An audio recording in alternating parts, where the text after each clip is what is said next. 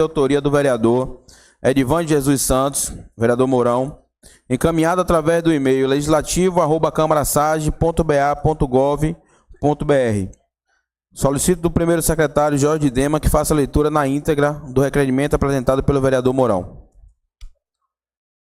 Excelentíssimo senhor Kaique Pires Barbosa, presidente da Câmara Municipal de Santo Antônio de Jesus, senhor vereador Edivan de Jesus Santos, vem nos termos do artigo 55 da Lei Orgânica do Município de Santo Antônio de Jesus, combinado com o artigo 91, inciso 2, do Regimento Interno da Câmara Municipal, requerer ao excelentíssimo senhor presidente da Câmara Municipal de Santo Antônio de Jesus, vereador Kaique Pires Barbosa, que conceda, ouvido o douto plenário, licença do exercício do meu mandato pelo prazo de 120 dias, contados a partir desta data, quando estarei tratando de assunto particular. Nesses termos, pede deferimento, Santo Antônio de Jesus, 24 de fevereiro de 2025, Edivan de Jesus Santos, vereador. Conforme determina o nosso regimento interno, no artigo 91, todo pedido de licença feito por qualquer vereador, ele deve ser sujeitado a esta Câmara, a este plenário, para deliberação. Assim, gostaria que os senhores votassem sobre o afastamento nos moldes do requerimento de licença apresentado pelo vereador Mourão. Quem é a favor, fique como está. Quem é contrário, favor, se levante. Diante da votação nesse plenário por unanimidade, determinamos a licença do vereador Edivan de Jesus Santos pelo prazo de 120 dias, atendendo ao artigo 95 do Regimento Interno. Desta forma, convoco o primeiro suplente do União Brasil, o agora vereador Mário Sérgio Santos Rocha, Sérgio Gordo do Mutum, para no prazo regimental tomar posse. Então, fica licenciado por 120 dias o vereador Mourão, convocando nesse exato momento o senhor Sérgio Gordo do Mutum, para, na forma do regimento interno, tomar posse nessa casa legislativa. Não havendo inscritos um pequeno expediente, inicio o grande expediente. Para utilizar o Digníssima assistência, amigos da imprensa, servidores da casa, que nos assistem em casa, boa noite. De fato, o senhor presidente, o vereador que me antecedeu aqui, traz um tema que é o tema do momento em nossa cidade e nós, de fato, não podemos nos abster. Tanto que, para início de conversa, aqui vai a minha solidariedade à vítima.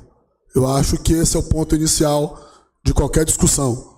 A gente tem feito muito debate, redes sociais se tornam locais de julgamentos sumários e nós temos que ter a capacidade de fazer a leitura pautado no bom senso. Eu acho que o bom senso, eu acho que o respeito indica que a prioridade seja a preocupação e a solidariedade com a vítima. Por outro lado, essa Câmara, e aí eu não tenho autorização para falar em nome dos meus pares, mas eu entendo que a Câmara ela tem os seus limites legais.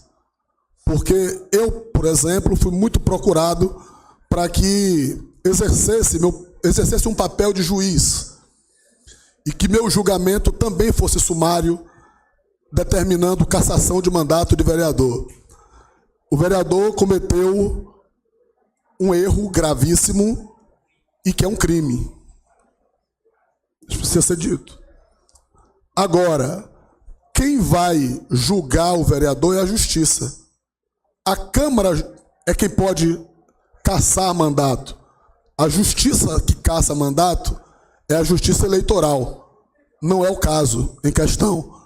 Mas para a Câmara julgar, o próprio Código de Ética e Decoro Parlamentar determina o trânsito em julgado. Então, o processo está em andamento. O vereador evadiu-se, está foragido, e quando ele for ouvido, quando ele tiver o amplo direito de defesa exercido e que haja uma sentença, aí essa casa pode sentar e debater o tema.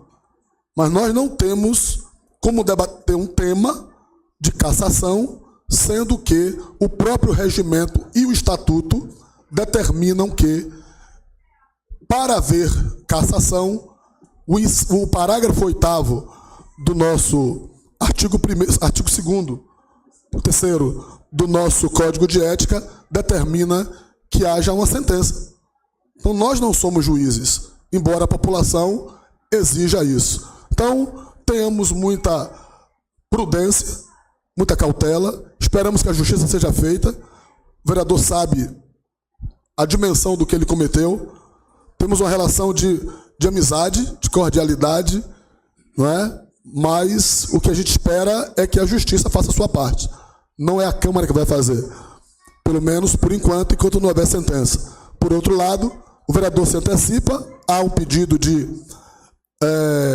afastamento por 4 meses. É uma prerrogativa legal. Ele espera que nesses 4 meses possa resolver os problemas. Inclusive, a justiça deve dar um andamento nesse período, não sabemos, mas eu acho que o posicionamento que nós temos que tomar é esse. Primeiro, a solidariedade à vítima. Segundo, entender que precisamos democraticamente respeitar o devido processo legal.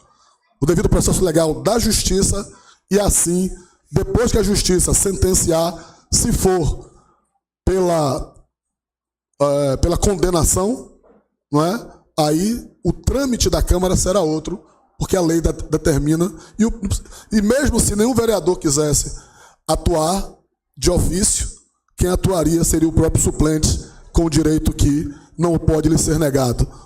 Então, eu me preocupo com a dimensão que as coisas tomam quando o processo é apenas do linchamento e não da preocupação de uma sociedade que a cada dia se consolida como a sociedade do ódio, como a sociedade do machismo, como a sociedade que se estrutura em formas variadas de violência à mulher, e quando, por vezes, até aqueles que defendem o linchamento praticam, no miudinho das suas relações, violências variadas contra as mulheres. Então agora todo mundo é paladino da moralidade, entendeu? Claro que nesse momento muitas vozes se erguem justas pela história, pela trajetória. Vejo aqui, por exemplo, o Conselho da Mulher, que muitas vezes hasteia a voz isolada, porque não há repercussão, não há quem ouça na sociedade. Por outro lado, existem outros que aproveitam o momento para colocar pauta política. Então o momento não é esse. O momento é de seriedade, de serenidade, de equilíbrio, de maturidade. O vereador será responsabilizado na dimensão da justiça, é o que a gente espera. Porém, eu não concordo com esse linchamento, essa punição, essa seletividade, onde a gente precisa fazer lapidação, né, em rede de WhatsApp. Não dá para parecer que tem uma carniça ali e nós vamos agir como urubus. Eu entendo que essa sociedade do ódio, ela não alimenta em nós nenhuma virtude.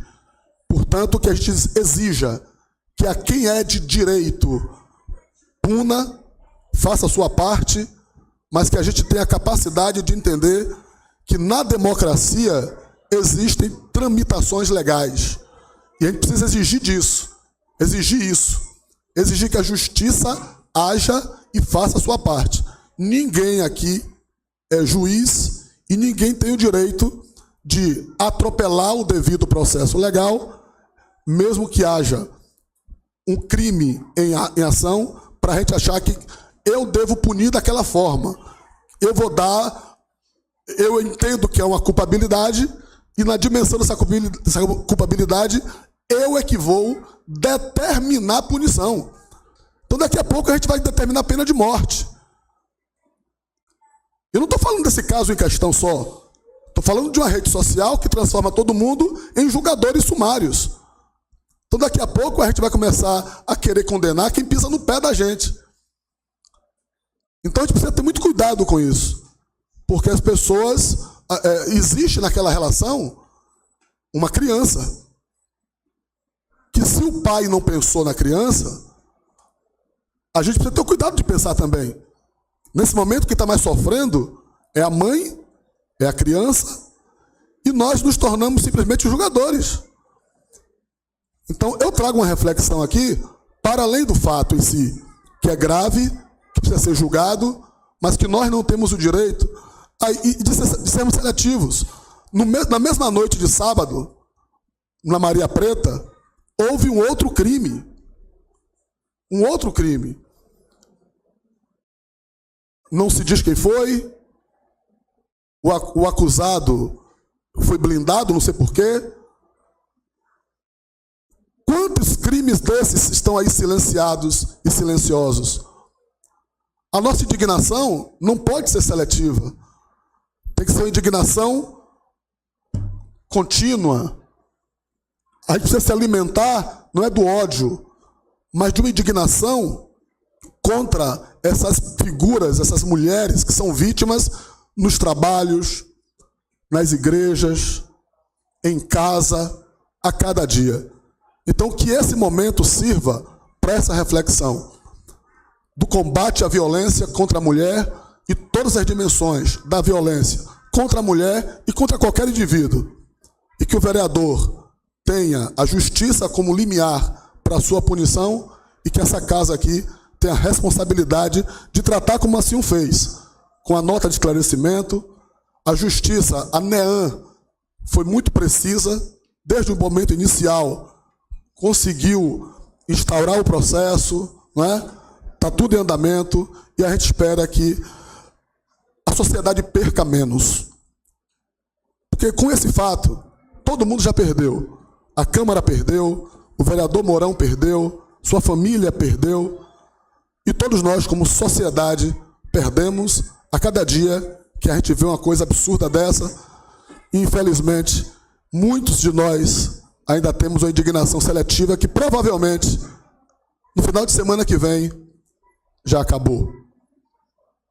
E as mulheres continuarão sendo vítimas, porque a gente só se indigna quando a gente quer. Sobretudo quando usa a política, o partido, o fato de ser oposição, para usar isso como instrumento de achicoalhar qualquer pessoa. Ficam aqui minhas palavras, minha reflexão. Tenhamos uma boa noite. Parabéns pelas lúcidas palavras, vereador Berdan. A gente entende da fragilidade desse momento. É um momento mais de reflexão interna de todos os seres humanos, de todos os homens, de todas as mulheres, sobre atos. O vereador fez questão de mencionar os diversos tipos de violência que são praticados em desfavor da mulher. E que isso não seja feito de forma seletiva. O mais importante é se solidarizar com a vítima em questão, que os procedimentos sejam obedecidos. A gente viu uma celeridade muito grande da NEAM em agir. Fiquei feliz, de certo modo, quando eu vi uma lei que foi aprovada nesta casa, no último mandato de minha autoria, que dispõe sobre a obrigatoriedade das redes de hospitais públicos ou privados, da UPA, como foi o caso, de quando chegar qualquer tipo de sinal de violência doméstica, reportar até a autoridade policial. Então a gente vê que leis estão sendo cumpridas, estão sendo feitas nesta casa. A solidariedade se estende à vítima e todos os familiares e vamos obedecer tudo que for encaminhado pela justiça. Em tempo, ressalto que essa casa não foi oficialmente comunicada do pedido de prisão, tampouco se tem conhecimento oficial